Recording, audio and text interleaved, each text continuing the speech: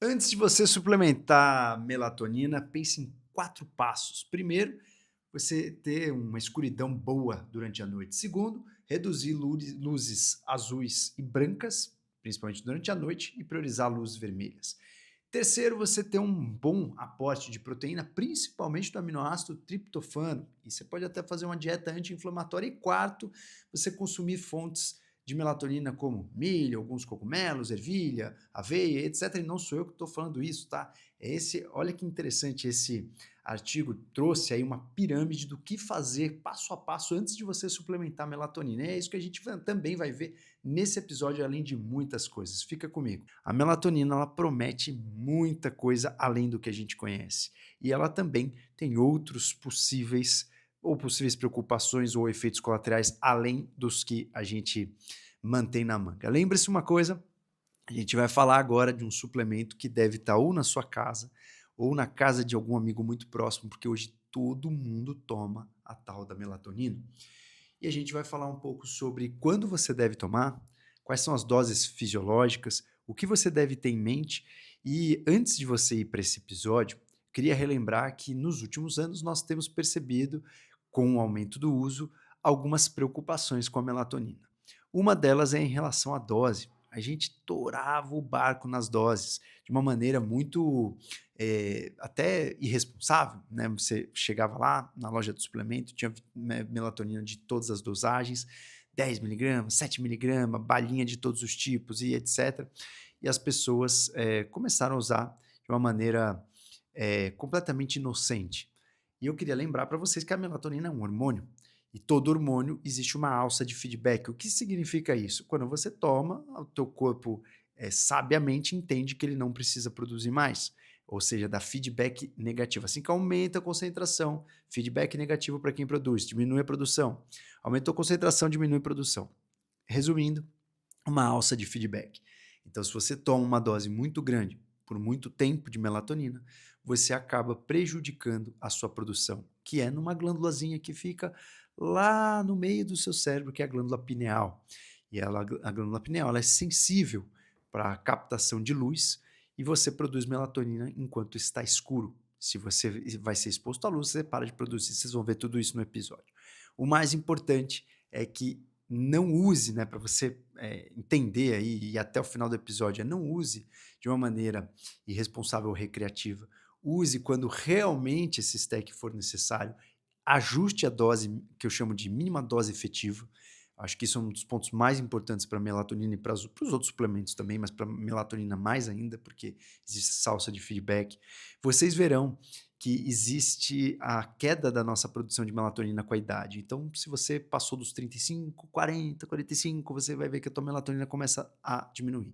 E aí você pode usar como um stack alternado, né? O que é um stack alternado? Sem usar todos os dias, mas você usar em dias que você realmente ou precisa descansar mais, ou que você está mais inflamado, ou que você viajou e precisa corrigir rapidamente o seu jet lag. Então, tem muitas indicações interessantes, como eu vou falar no episódio. E tem outras indicações que a gente vê que a melatonina é um super também potente anti-inflamatório, diminui nossa oxidação. Então, tem muitas outras aplicações, inclusive tem até casos oncológicos que a gente usa melatonina em doses bem mais altas do que a gente está acostumado para usar para dormir. Então, é um stack muito bom, é maravilhoso, é poderoso, ajuda muito, tem várias revisões mostrando que ajuda muito com insônia, com sono, melhorando a qualidade do sono, etc. Mas a gente precisa ter alguns cuidados e conhecer o que a gente está comprando e deixando no nosso armário. Tem muitas indicações legais, vale a pena você ouvir esse episódio até o final. Não esqueça aí de deixar seu comentário depois no fim, se você gostou, se te ajudou com alguma coisa, ou se antecipou a sua busca, você deixou de ficar procurando mil coisas, né? Eu, inclusive, para fazer esse episódio, vi um artigo muito interessante que está aqui na minha mão, que eu vou contar para vocês aí. É um artigo com as melatoninas de liberação lenta, né? Então, tem uma revisão bem interessante, sistemática de 2024, mostrando alguns benefícios de liberação lenta. Porém, aí cabe a nossa reflexão. Nem sempre você precisa buscar melatonina de liberação lenta. Deve haver algum objetivo, algum nexo. Você deve estudar um pouco a tua arquitetura do sono. Mas como que eu vou fazer isso? Você pode fazer com o Oura Ring, você pode fazer com o Whoop, você pode fazer com qualquer dispositivo que vê teu sono e de preferência com ajuda de alguém que manja disso, de algum médico, de algum profissional da saúde que entenda disso para te ajudar com essas dosagens e também com o tipo. Você tem a melatonina que libera mais rápido, essa você vai usar ali 1 hora antes de você ir para a cama, e a melatonina de liberação lenta, em alguns casos, né, como essa revisão sistemática do Antônio Del Casale, de 2024, ele mostra alguns casos interessantes, por exemplo, com doenças do neurodesenvolvimento, com pessoas, por exemplo, que têm esquizofrenia, alterações de humor. Essas melatoninas de liberação lenta foram muito bem, porque essas pessoas têm uma quebra da arquitetura do sono muitas vezes. Então, tem muitos artigos interessantes que eu vou citar aí. Eu estava vendo, né, revendo alguns artigos aqui bem legais. E aproveite esse episódio, se você puder, não deixe aí de compartilhar, porque está muito legal. Eu espero vocês no nosso próximo episódio, mas eu espero o seu comentário ou a sua sugestão. Ouça até o final. Você está no seu quarto, deitado na cama, olhando para o teto. O sono não vem. As horas passam depressa. 3 da manhã e nada de você pescar os olhos. Falta uma molécula essencial na tua alquimia. Falta a molécula responsável por levar você para induzir o seu sono, para te entregar para o inconsciente, para trazer os seus sonhos de volta.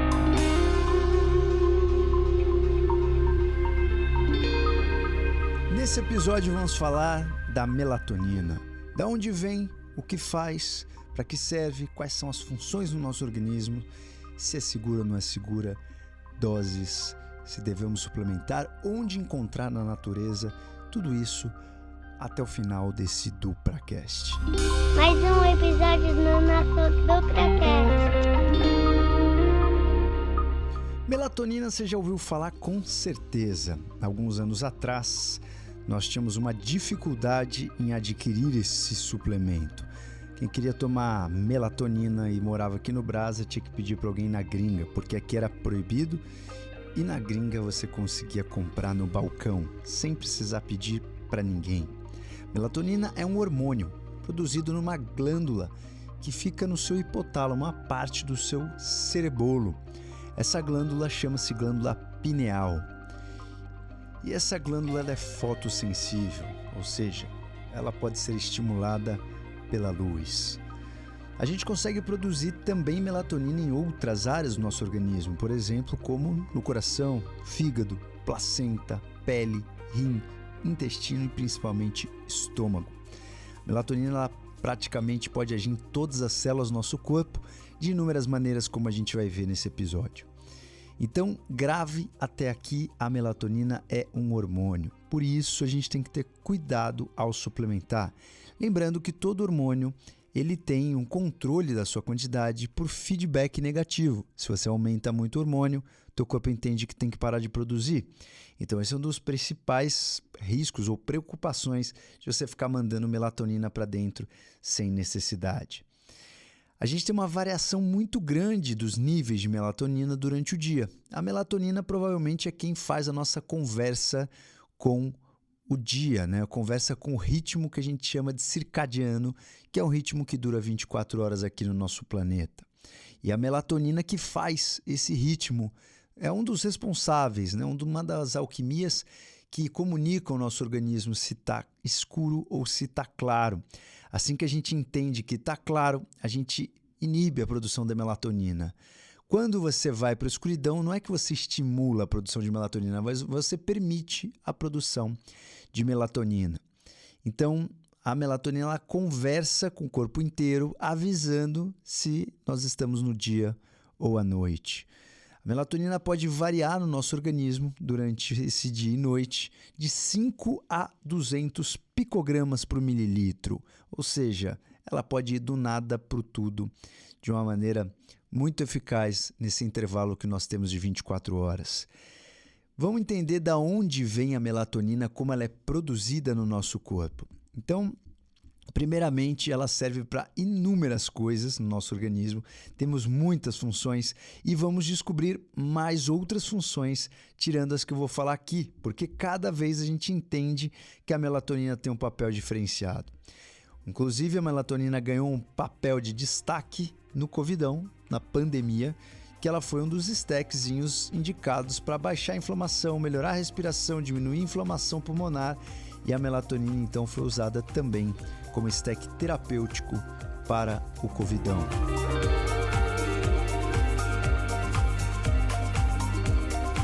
A primeira função então da melatonina é estimular, influenciar nosso ritmo circadiano, é avisar o nosso organismo que chegou a noite. Ela comunicar que a gente tem que ligar um outro modo de funcionar. A segunda função é ajudar o nosso sistema imunológico. Ela pode fazer um papel anti-inflamatório e ajudar o nosso sistema imunológico a ter uma modulação.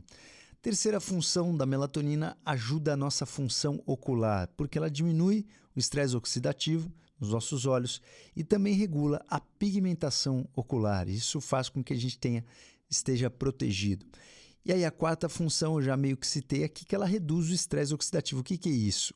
A melatonina ela pode ser um antioxidante, ela capta radicais livres, que são moléculas que podem estragar algumas substâncias que existem no nosso corpo, algumas substâncias das nossas células, elas podem estragar o funcionamento de organelas, podem estragar o nosso DNA, então a melatonina vai lá e capta esses radicais livres.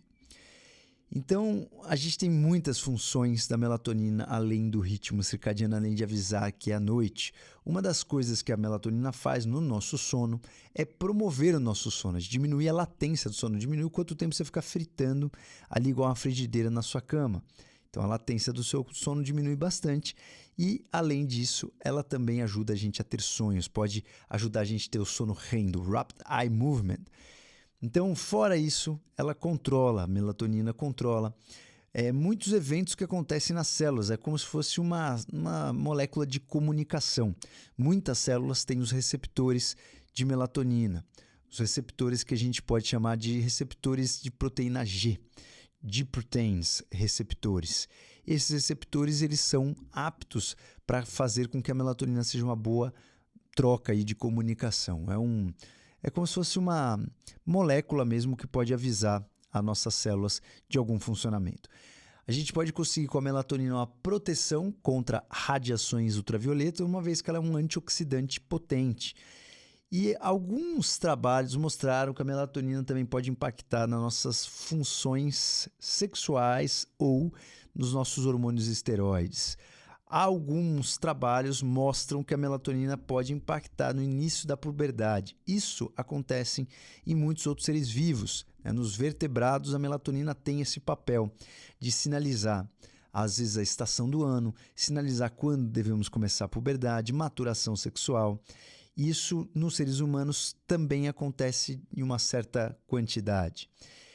A melatonina pode inibir a proliferação de gordura dentro dos nossos músculos. Ela pode ajudar a gente a quebrar essa gordura. Tem algumas gorduras, alguns adipócitos que vivem dentro do músculo.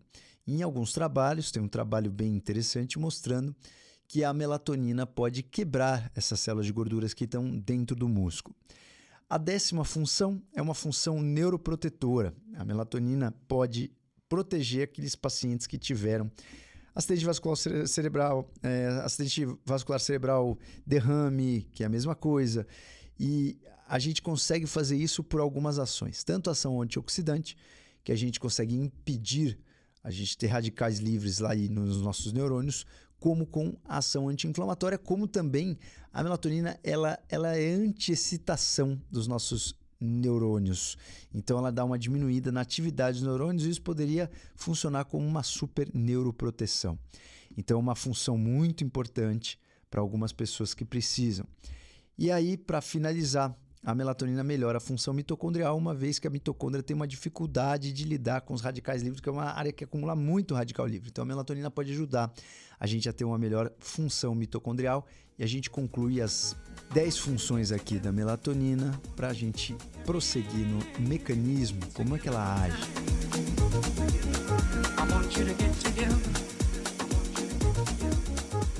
Então, a quantidade de melatonina depende muito da luminosidade, bastante da luminosidade. Quem influencia a produção de melatonina são as luzes ou a radiação eletromagnética de espectro mais ou menos em torno de 460, 470 nanômetros. Isso significa que são luzes do espectro azul. Até a luz violeta de 420 e poucos nanômetros é capaz de influenciar e deixar aí a melatonina inibida. Quando você liga a luz azul, você inibe a produção de melatonina. A luz vermelha é meio controversa. Tem alguns trabalhos que mostram que a luz vermelha ajuda a gente a entrar num sono e entrar no estado de mais descanso. Outros acham que a luz vermelha também pode inibir um pouquinho a melatonina, bem menos do que a luz azul. Então, se você vai ler um iPadzinho na sua cama com a luz azul, você está inibindo a sua produção de melatonina. À noite, a gente tem de 10 a 15 vezes mais melatonina do que durante o dia no nosso sangue. Então, algumas pessoas, por exemplo, que não conseguem produzir muita melatonina, são mais propensas a ter sintomas como depressão. E isso pode ser porque a melatonina ajuda a gente a dormir melhor. Ela reduz a temperatura corporal no nosso organismo quando a gente está dormindo, e se você não faz isso, você não descansa bem. Se não descansa bem, você tem mais tendência à depressão. Isso também acontece, por exemplo, como a gente falou, com a obesidade.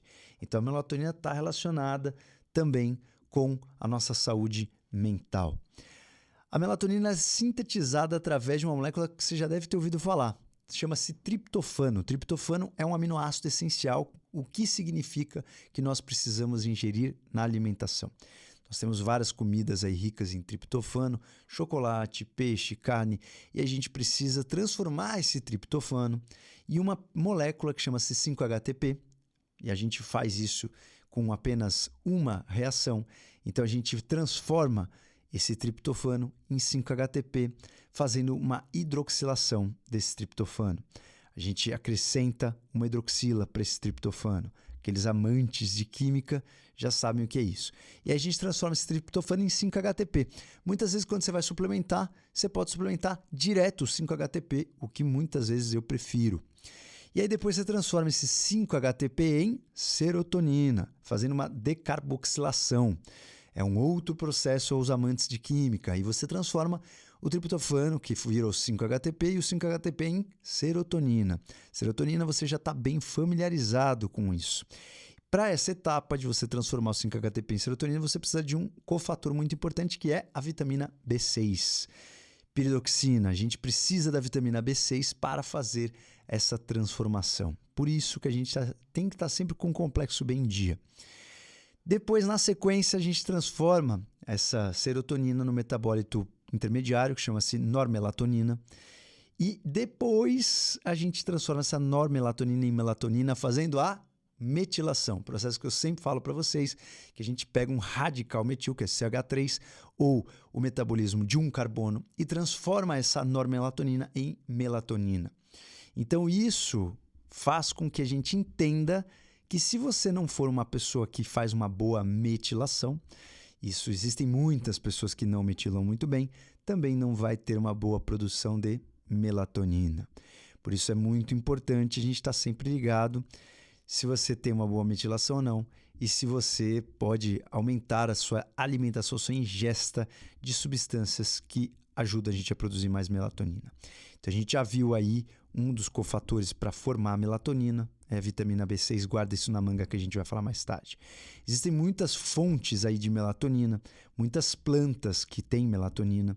Então, geralmente você vai encontrar os alimentos mais ricos em melatonina, como o ovo e o peixe. Tem o maior teor aí de melatonina. Mas nos vegetais você também encontra, né? Você pode encontrar, por exemplo, melatonina nas nozes. Você consegue encontrar melatonina em alguns cogumelos, em alguns cereais. Então a gente tem, por exemplo, linhaça tem melatonina, tomate, goodberries, amêndoas. Então tem muitas coisas na natureza que podem ajudar a nossa produção de melatonina. Se você quiser ajudar a sua produção natural de melatonina, precisa estar com a vitamina B6 em dia, zinco, magnésio, muito importante para que a gente mantenha um bom nível aí de produção, tanto de serotonina quanto de melatonina. Vamos para as indicações práticas de melatonina. O que ela pode ajudar a gente na vida real. Se você gosta desse tipo de episódio, não deixe de ajudar aí o nosso DupraCast. Então compartilhe este episódio com as outras pessoas que seriam beneficiadas. uma vez que cada vez mais a gente está com uma restrição nos nossos conteúdos. Então vamos embora, ajuda nosso DupraCast. Se esse conteúdo te ajudar de alguma forma, ajuda nós aqui também a crescer o nosso DupraCast, ou vem para o nosso Avatar Life, que lá tem conteúdo desse toda semana para vocês mastigarem, degustarem, ouvirem de novo, amarrarem, esquecerem, depois ouvirem de novo e amarrarem mais uma vez. Então, continuando com a nossa melatonina, um stackzinho que a gente pode colocar exogenamente de fora. Você pode comprar na sua prateleira, mas que o teu corpo também produz e você pode estimular a sua produção natural.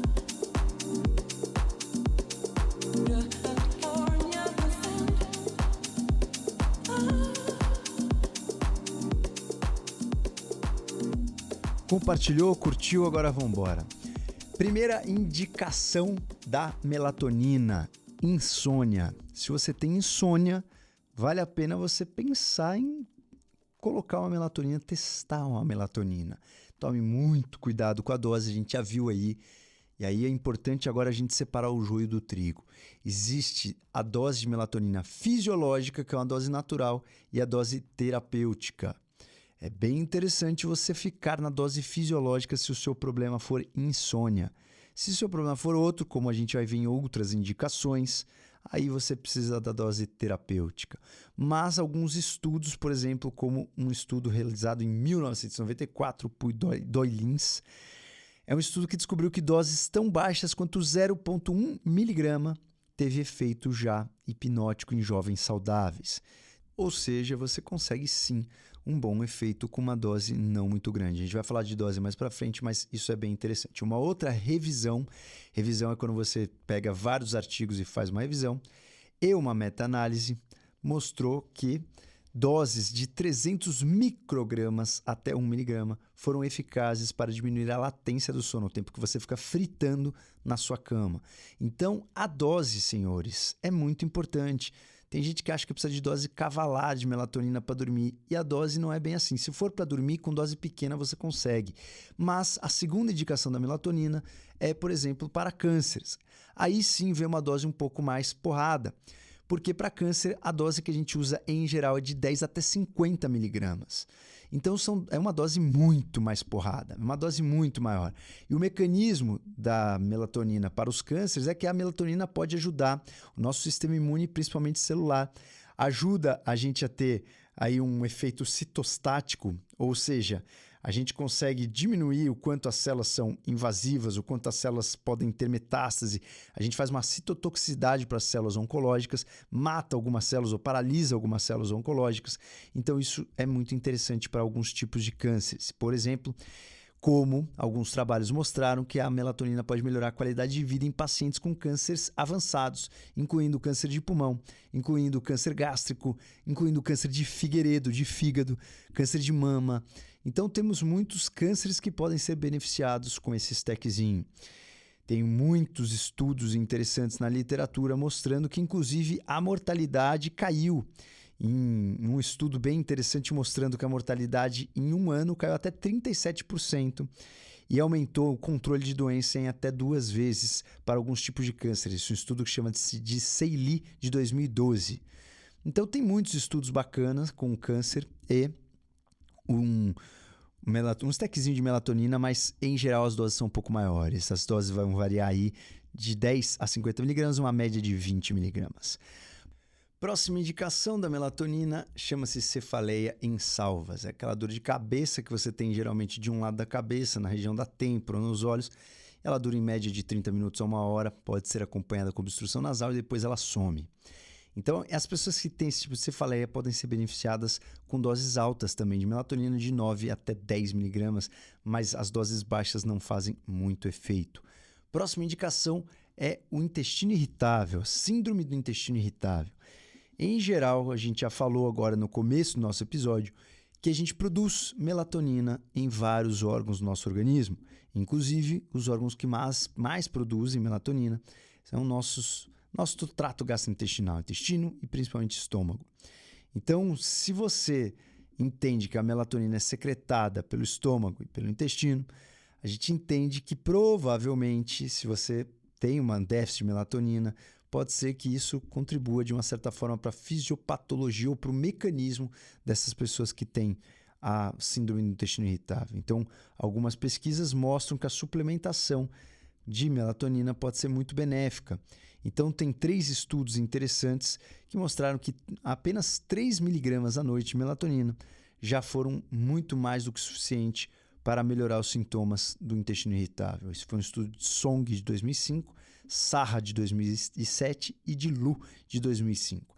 Então, 3 estudos interessantes que mostram aí um benefício para as pessoas que têm síndrome do intestino irritável com melatonina, mas meu pitaco pessoal é de que a melatonina não é a primeira opção, nem a segunda opção para tratar o intestino irritável, que tem muitas outras coisas para a gente fazer, ao invés de já tocar a melatonina direto. Tem outras indicações para melatonina, para o uso de melatonina. Tem algumas referências na literatura para tratar a endometriose. Aquelas pessoas que têm queimadura de sol, se você vai para um lugar muito quente, de uma hora para outra e está branquelaço e de repente você fica vermelho, é interessante usar uma melatonina como efeito antioxidante. Alguns pacientes que têm trombocitopenia, déficit de plaquetas, também podem se beneficiar. Vou falar um pouco sobre a absorção da melatonina no nosso organismo.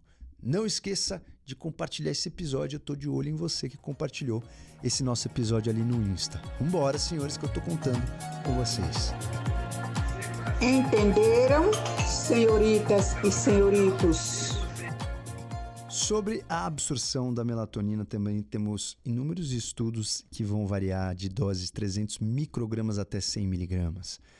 Então, em geral, a gente consegue uma concentração aí em até 15 minutos com 2 miligramas e até 2 horas, 3 horas com 10 miligramas. Uma média de 50 minutos após aí você ingerir tua melatonina.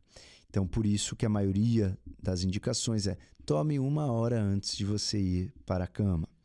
Algumas melatoninas de liberação lenta podem ter aí uma absorção muito mais lenta, de quase aí 3 horas. Então, para você ficar esperto também no tipo de melatonina que você toma. A meia-vida, que é o tempo que ela demora para chegar à metade da concentração plasmática no seu sangue, é em geral de 45 minutos, mas ela pode ser maior ou menor, depende da melatonina que você comprou, se é de liberação prolongada ou não. A biodisponibilidade, o quanto a gente consegue transformar aquilo que você toma em algo disponível para suas células, é em média de 15%, uma biodisponibilidade baixa, porque a gente tem aí um metabolismo que a gente chama de primeira passagem, passa pelo figueiredo, pelo nosso fígado, e isso pode envolver um metabolismo que, se você não tiver condições de metabolizar, você não vai fazer com que aquele stackzinho funcione para você. Então, como a gente usa CYP1A2, que é uma das formas de metabolização hepática, a gente usa CYP1A2 para metabolizar a melatonina. A gente compete com outros stacks, por exemplo, muito conhecidos como stacks, aí, como você já deve estar pensando, cafeína. Se você consumir cafeína e você tiver ainda com cafeína circulando na hora que você toma a melatonina, você não vai conseguir metabolizar muito bem a melatonina. Lembrando que tem pessoas que têm polimorfismo no CYP1A2 que também vão impedir uma bela absorção de melatonina. Então, por isso que a biodisponibilidade é tão baixa. Se você fuma um cigarrinho, também cai a biodisponibilidade. Toma outros medicamentos que usam essa CYP1A2, cai a biodisponibilidade. Então, a biodisponibilidade não é tão boa. Sendo assim, como ela tem uma meia-vida curta, baixa de biodisponibilidade, algumas pessoas que têm insônia, elas não têm um benefício tão grande com a melatonina, e aí eis que surgiram alguns análogos, por exemplo, o Ramelteon. O Ramelteon é um análogo da melatonina, ele imita a melatonina, ele se liga ao receptor de melatonina, até mais forte do que a própria melatonina, e ele tem a meia-vida muito maior. Em vez de ter a meia-vida da melatonina, que é em média de 45 minutos, ele tem uma meia-vida de 2 horas, ou seja, ele demora 2 horas para cair pela metade no seu sangue. Isso faz com que ele mantenha mais estável o nível aí de indução desses receptores de melatonina, aumentando a duração do seu sono. Então, tem algumas pessoas que acabam tomando essas outras formas análogas de melatonina. Vamos lá, a melatonina em relação a outras funções que poderiam ser interessantes, mas ainda a gente não tem evidência suficiente para dizer que elas são interessantes. Para fertilidade, em algumas pesquisas mostraram que a melatonina pode melhorar o movimento de algumas células espermáticas. Porém, entretanto, todavia, também temos outros estudos mostrando que a melatonina pode diminuir a contagem de espermatozoides. Tem um relato de caso com 2 homens que estavam tomando uma dose aí bem baixa, de 3 miligramas, né? Não bem baixa, mas uma dose baixa, de 3 miligramas por 3 meses, que desenvolveram oligoespermia, uma diminuição do número de espermatozoides. Então, a gente não pode alegar nada em relação à fertilidade e melatonina. Uma outra coisa que a melatonina parece fazer, a gente já falou num episódio aqui no DupraCast de Brain Fog, é ajudar a nossa barreira hematoencefálica, ajudar a gente a ter um pedágio do que vai para o nosso cerebolo ou não. Isso ajudaria muito para aquelas pessoas que têm Brain Fog. Então ajuda para pessoas que têm uma mente instável, muita ansiedade, depressão, mas ainda é muito cedo para a gente dizer que isso é uma realidade. Para a doença de Alzheimer, alguns trabalhos mostrando que sim, a melatonina pode ajudar muito tanto o Alzheimer quanto o Parkinson. Outros trabalhos dizendo que não, que a melatonina não tem nenhum benefício para a cognição. O que a gente tem que ficar um pouquinho espertos é que tem alguns trabalhos mostrando que a melatonina pode piorar um pouco o humor das pessoas que têm doença de Alzheimer. Então você pode suplementar essa melatonina que vem de fontes aí orgânicas, né, de animais, micro-organismos, ou melatonina feita sinteticamente. A maioria das melatoninas que a gente tem no mercado são feitas de forma sintética. Então isso é um ponto a ser visto aí no seu stackzinho. Vou falar de doses. Em geral, o que a gente falou de dose fisiológica, uma dose mais natural, uma dose que não impacta tanto assim no seu funcionamento, é a dose de 0,3 miligrama. É a dose preferida para começar a induzir o seu sono. A maioria das pessoas começam com 5 gramas. 1 grama, isso é uma dose porrada, um cavalo na tua cabeça. Então é importante você tentar aí diminuir um pouco a dose para a dose fisiológica da melatonina. Alguns estudos, e a maioria dos estudos, usam doses de 2 a 5 gramas, mas a dose mais fisiológica é 0,3 miligrama.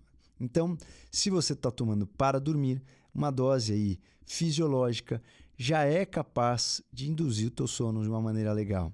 Mas você pode usar também uma dose que a gente chama de farmacológica, que é uma dose que também é capaz de melhorar o sono, só que se você exagera acima de 3 miligramas, você pode induzir hipotermia, você diminui muito a temperatura do seu corpo e isso vai fazer um impacto no seu dia. Inclusive, você pode também chegar no teu dia com a melatonina ainda circulando. Então, você precisa tomar muito cuidado.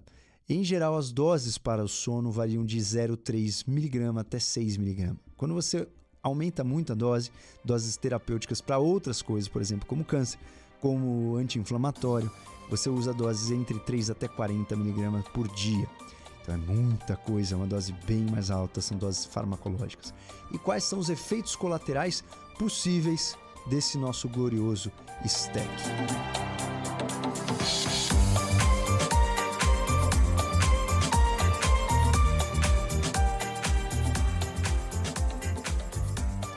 Efeitos colaterais da melatonina. Você pode ter sonhos vívidos. Isso não é ruim. Esses sonhos podem ser selvagens ou podem ser alegres. Mas não se preocupe, o importante, se você gostar disso, é fazer uma análise, anotar, fazer um caderninho dos sonhos, falar com alguma psicoterapeuta que entende de sonhos. Então é bem interessante para você aprofundar aí na sua psique, no seu inconsciente. Algumas revisões sobre melatonina. Tem uma revisão bem interessante com 37 ensaios clínicos, uma revisão que chama-se BESAG, de 2019, mostrando que um principal efeito colateral foi sonolência diurna. A pessoa provavelmente exagerou na dose e ficou com sonolência durante o dia. Outro efeito colateral comum foi dor de cabeça, tontura e hipotermia. Alguns casos, como eu falei para vocês, como o caso da oligospermia. Tudo leva a crer que a melatonina inibe a aromatase, uma enzima que transforma a testosterona em estrógeno, testicular, no testículo. E o estrógeno tem uma função importante no nosso testículo e a gente poderia ter isso como uma razão para ter essa hipotermia. Toma muito cuidado com as pessoas que querem, né, ter uma boa produção de melatonina sem tomar melatonina, com beta-bloqueador, que é um stackzinho tanto para pressão arterial quanto para dar uma baixada no seu tremor, com os anti-inflamatórios não hormonais. Então, se você usa muito anti-inflamatório, você vai suprimir a produção de melatonina, com a luz do espectro azul que eu já falei para vocês. E outra coisa que diminui bastante a nossa produção de melatonina são os anos, é o tempo, é a idade. Você vai ficando velhaco, você vai produzindo menos melatonina. Se faltar na sua alimentação folato, magnésio, vitamina B, faltar S-adenosilmetionina, que é o SAMe, faltar metilação, se faltar o zinco, ou se você torar o pau na cafeína, você também não vai ter uma boa produção de melatonina. Se você pensa em suplementar melatonina, vale a pena, antes de você fazer essa doideira, você começar a olhar para a sua alimentação. Está consumindo coisa que tem bastante melatonina? Está com a tua vitamina B6 em dia? Está com o seu zinco em dia? Está com o seu magnésio em dia? Então, maravilha, diminui a cafeína. Não diminuiu? Diminui de novo. Faz um detox de cafeína. Aí sim, fez tudo isso, coloca uma dose fisiológica. A galera hoje está com a síndrome da prateleira, né? Não quer ter nenhum trabalho e quer já usar um stack e ter um efeito. Então, você que pega um empréstimo com o teu corpinho, uma hora a conta chega. Lembrando que é um stack que ele faz um feedback negativo. Quanto mais você consome, menos o teu corpo produz e depois de um tempo pode ser que você pague um preço caro por isso. Senhoras e senhores, compartilhou, curtiu, vambora, até a próxima. Um beijo grande para vocês.